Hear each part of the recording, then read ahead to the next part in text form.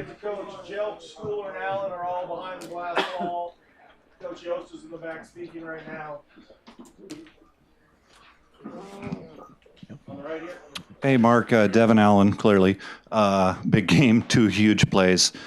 Last year, real limited injury coming off that, did a lot of blocking, played in a lot of games. This was really his first huge plays he's made since 14. Was he ready for that kind of breakout, or was that more of a matchup deal where you thought, hey, we can get this guy open? Probably a combination of both. He's practiced really well. I think he's getting into the rhythm of football again. And I mean, that was a phenomenal play. The third down conversion. I can't even remember what it was, 3rd and 100. But a fantastic play. And Devin does so much in the run game too that is kind of unsung. A very passionate guy, team oriented guy, and you know we love him. Good night. Right here in the middle. Hey, Warren.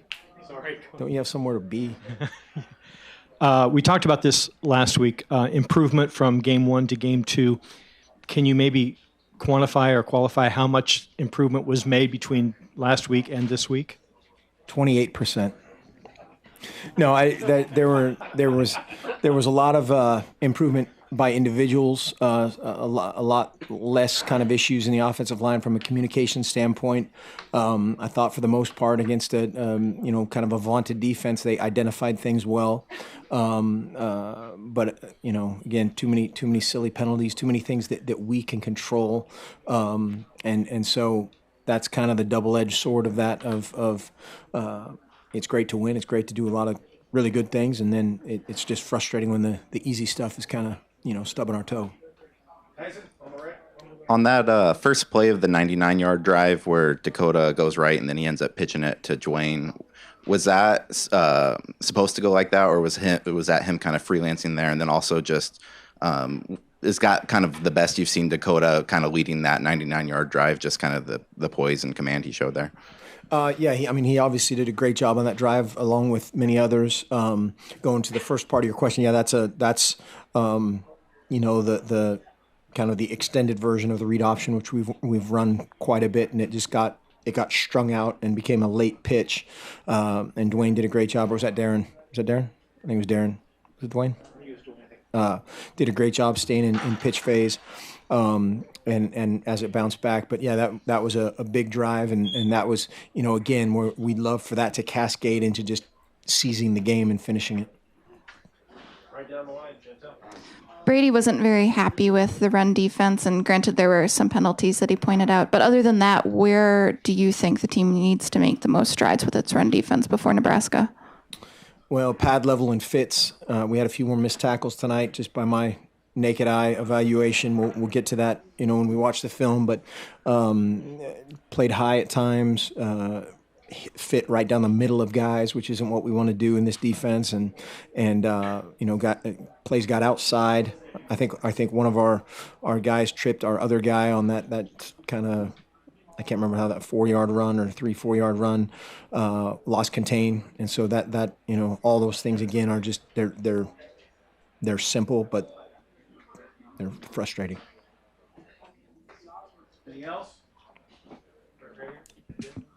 Mark, is that defense, or how would you characterize that? Is that a real concern right now? We kind of knew it'd be a work in progress, but you are 2-0, but the defense giving up some stuff in these 2 games. Yeah, there are so many things offensively, defensively, and special teams that we have to work on. It's definitely not a one unit, we're really concerned about. Everybody has a bunch of improvements, starting with me and on down the line.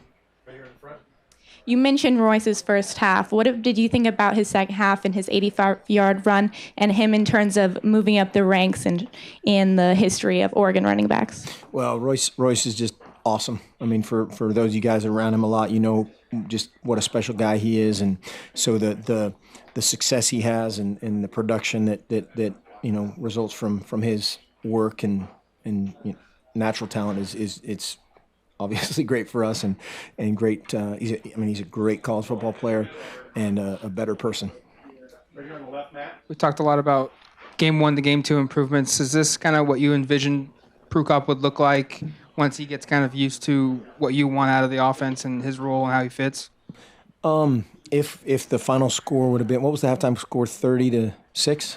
If it would have been 60-12, yes. Just in terms of finishing better, and that again, that's not a one-person operation either. But that's our team just realizing when to just seize it and end the deal. We need to do that across the board, and so that doesn't start or end with him necessarily. He just needs to be a part of it. Coach Neal's back here. Coach Neal's back there. Schooler is reminiscent of John Boyett. At least he looks that way from my point of view, a little bit at the safety position. Maybe talk a little bit about his improvement and how well he's playing that position coming in. And he laid wood on a couple players and seemed like he was always in the right position. Yeah, he can really run. I mean, he's faster, taller. Hopefully, in the long term can be as productive on the field. Has much longer hair than Boyett did, but he's another guy. Very similar to Troy Dye in the first game. Is just a guy, that's how he practices every single day, and he's one of those guys you have to kind of tone down, which is a good problem. And so his best football's ahead of him, and again, a guy that has a very bright future. Thanks, Coach. Thanks.